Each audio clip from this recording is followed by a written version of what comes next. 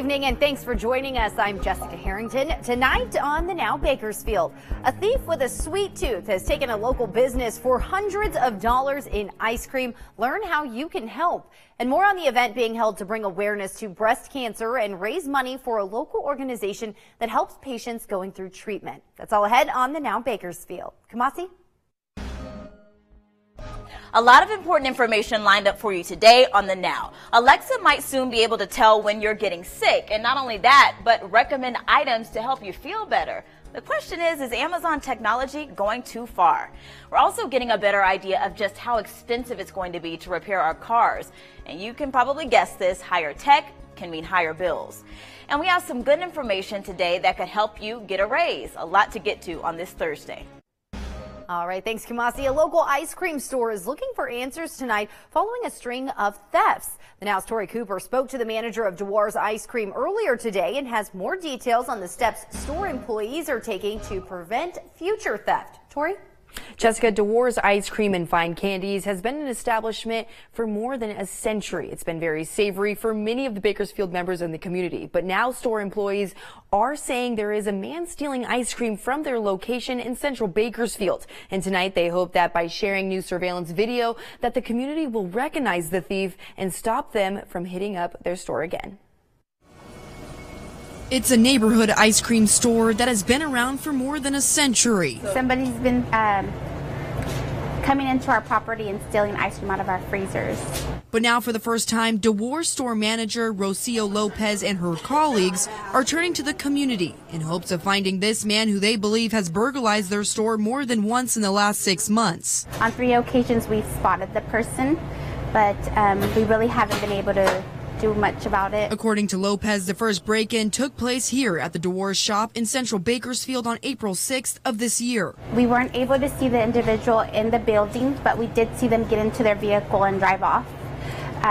The vehicle didn't have any license plates. They did have, however, they had like dealership plates, so we weren't able to find them that way, but we called and we made a police report. On April 11th, Lopez says employees finally witnessed this man inside the store. On this occasion, one store employee managed to convince him to leave the ice cream behind. One of the employees was coming in from her break and she spotted the individual in our runway, and she told the individual he had 2 3-gallon containers in his arms, and she told him that he couldn't take that, and so he went back into the freezer, set it down, and walked out. This is the runway area in the back of the store that Lopez is referencing. And in the surveillance video, you can see the man entering the ice cream freezer, then leaving with 2 tubs full of ice cream that each cost roughly $75, according to Lopez.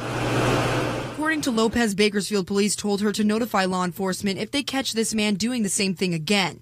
Sure enough, the alleged thief decided to stop by for a 3rd time. This last Friday, which was October 19th, and our dishwasher, he went out to throw out something to the trash, and so he left the runway door open just a little bit.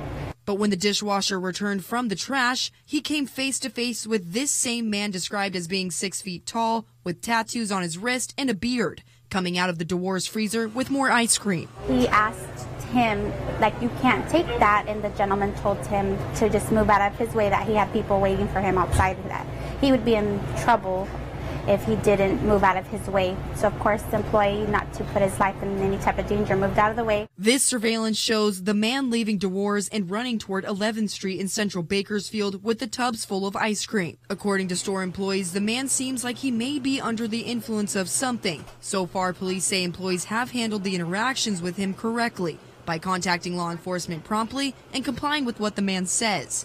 And employees say until now they have not had any issues with theft at any of their other 3 locations in Bakersfield. So we're being more vigilant. We are keeping all our doors locked. All our freezer doors they have padlocks on it, so it's not easy to just get into them. All in hopes that the alleged ice cream thief doesn't return. Now, over the last 6 months, this man has stolen almost $300 worth of ice cream. Now, if you do have information on this man, contact the Bakersfield Police Department at 327-7111. For the Now Bakersfield, I'm Tori Cooper, 23 ABC. Tori, thanks. Today, the Kern County Department of Public Health partnering with Links for Life for a special event to help bring awareness to breast cancer. The department and the organization holding a fundraiser walk for their employees. Links for Life is an organization that benefits persons and families affected by breast cancer and challenges women in Kern County to be aware of their breast health. The director of public health saying events like this are important because cancer is a major health concern here in Kern County. Cancer is the leading cause of death in Kern County, and breast cancer is the second most common fatal cause of cancer in Kern County. We have 500 Kern County residents that are diagnosed with breast cancer every year, and unfortunately, there's 92 women in Kern County that lose their lives to breast cancer each year. That's why we're here. That's why we're walking. That's why we're bringing attention. The Department of Public Health also donating $1,000 to Links for Life, plus 100% of the proceeds raised from today's walk will stay in Kern County and be used for local cancer patients. If you use Alexa, listen to this. Instead of just playing your music or answering questions, it could soon tell if you're getting sick and suggest you buy chicken soup or cough drops. It sounds kind of crazy, right? But I found out that this is just one of the ways that technology is teaming up with marketing for ads determined by our health. This thermometer is doing much more than telling your temperature. In more than 500,000 American households, it allows you to track your fevers and symptoms on an app. And this flu season, Clorox paid to get that information, then used it to target its ads to zip codes that had increases in fevers. Are you surprised by this new marketing technique, or is it even new? Not new.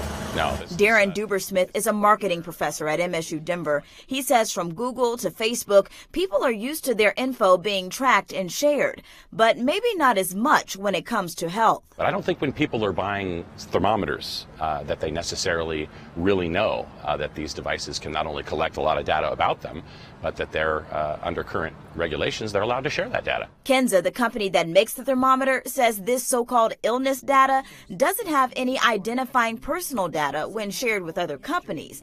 But it and Amazon's new patent that could enable Alexa to detect cold symptoms are just two of many technologies raising questions about privacy. I think when it comes to personal health, people might be willing to give up a little bit more privacy if they perceive that it's going to help them live longer or help them live healthier lives or maybe save their lives in some instances. Still, Dubersmith believes how much is disclosed should be up to the consumer. Right now, there aren't any regulations, but he believes that could change in the next few years. And that companies are, I think, in the future going to have to disclose far more of what they're going to be doing with the data and also give consumers the chance and the opportunity to be able to control some or all of that data.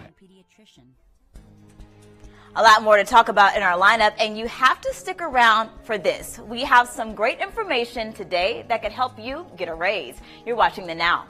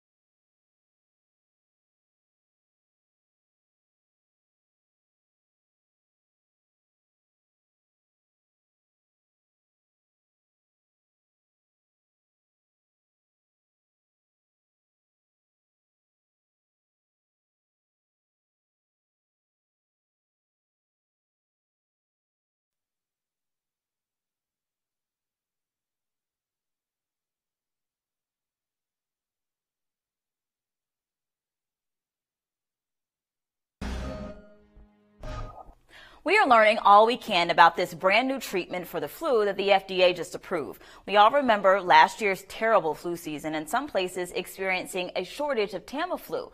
Well, this new drug is called Xofluza, and it's just one dose. Tamiflu you have to take twice a day for 5 days. But this new drug, you will need to get it sooner, within 48 hours of showing symptoms. It stops the virus from spreading in your body and helps lessen the symptoms. It doesn't cure the flu, nothing does, and it's not for everybody, only people 12 and older. We talked with a doctor who says there are some cases where others probably shouldn't get a flu drug. If there's not a lot of virus going on in your area, should we be using these medications just on everybody? Probably not. Why? Because you're going to develop resistance against the actual drug. Now, this new flu treatment pill is supposed to be available in a matter of weeks. Wholesale, the one dose costs $150, but the drug maker is making a coupon available on their website that could bring that cost down to as low as $30.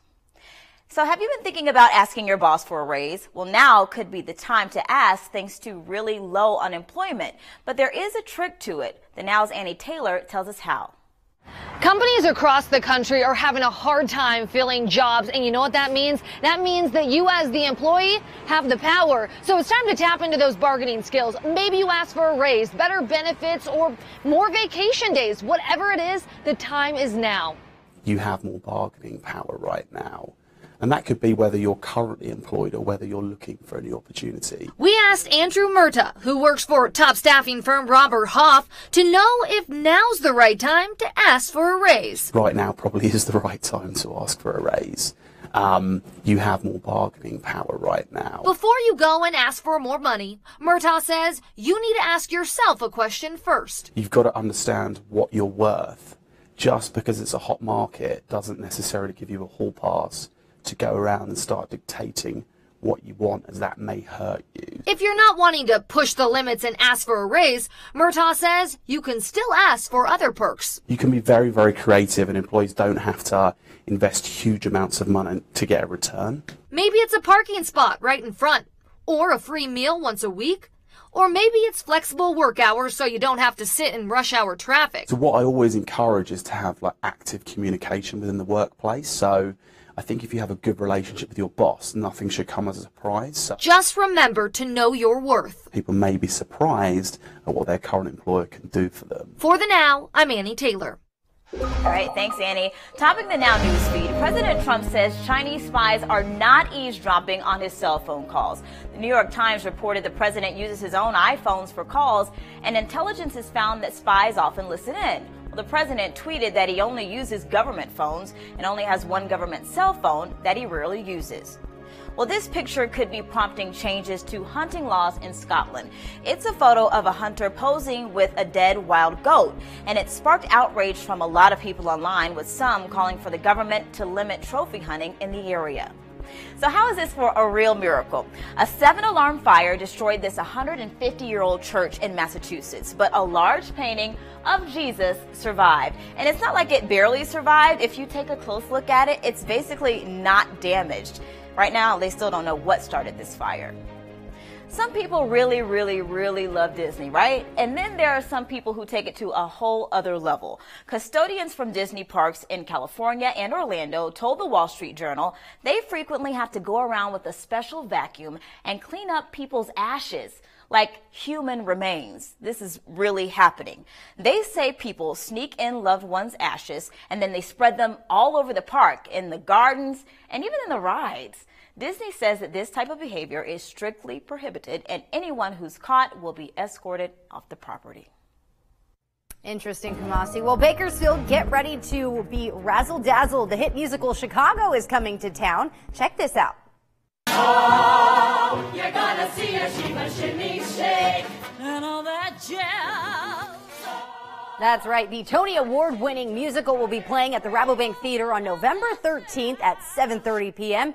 Set in the jazz era of the 1920s, Chicago tells the story of Roxy Hart, a woman who capitalizes on the murder of her lover to achieve fame and success.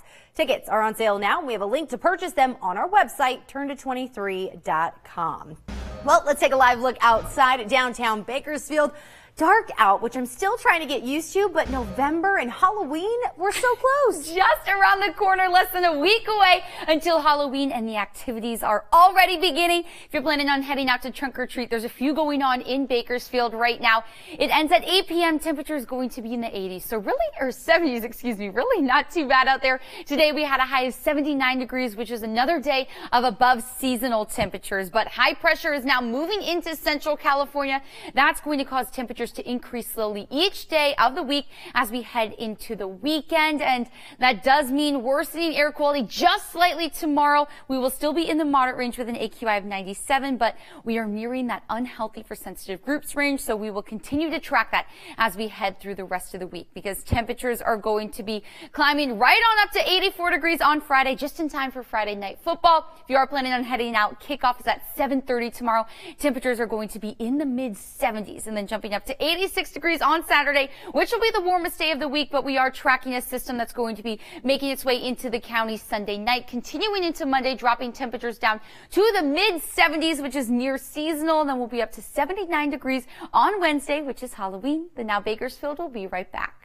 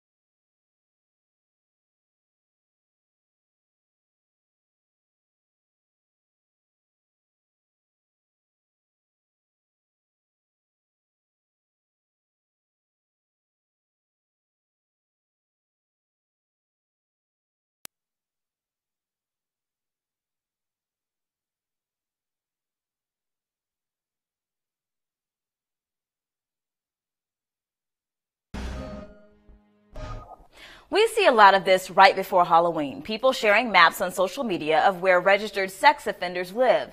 And while it's good information to have year-round, really, the reality is there's a lot going on right now as far as watchful eyes on them. Some cities have strict requirements of sex offenders on Halloween. This year, a Georgia mayor is requiring that offenders stay at City Hall during trick-or-treat hours. And it's not unusual. Another county in Georgia required sex offenders to report to an old jail for the night.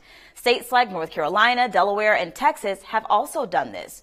Now, other states require offenders to post signs on their doors saying things like no candy. And often police do home visits ahead of Halloween, reminding offenders of their probation requirements. But past research shows there's no evidence that children are more likely to be sexually abused on Halloween than on other days. The reality is the most dangerous thing on Halloween night is the risk of a child being hit by a car. YouTube is playing a bigger role in politics than you might imagine. The youngest person ever elected to office in Brazil, only 22 years old. His biggest tool in winning his first election? YouTube. But Kim Kataguri isn't the only young person who's using YouTube for politics. His organization, known as MBL, the Free Brazil Movement, has created a YouTube channel to endorse other candidates. So far, MBL has gotten 6 federal candidates elected, and they've also put young people into several seats on the local level. MBL is using many tactics that other famous YouTubers use to raise money. 40% of the organization's funding comes from advertising from their site. The other 60% comes from membership fees. MBL will give merchandise to members depending on how much they can give per month. The highest tier will give members access to Congress as well as meetups with the organization's leaders. Now, we've seen the videos of people stealing stuff off of people's porches. They're everywhere. But this one is a little bit unique. I want you to watch this. This woman is confronted over the doorbell camera. What are you doing? Is this Deborah's house? No, it's not. Put my packages back on the porch. Yeah. I'm so sorry. Oh my God, I'm so sorry. The homeowner, so she got this alert on her phone. She was at work. She opened the Ring app and she was able to talk to the woman taking these boxes off of her porch. And here's the kicker. Those 4 giant boxes, all full of cat litter. Probably not what she had in mind. All right, back to our lineup. Our cars are really going high tech. We have new numbers on just how expensive it is to repair our modern cars.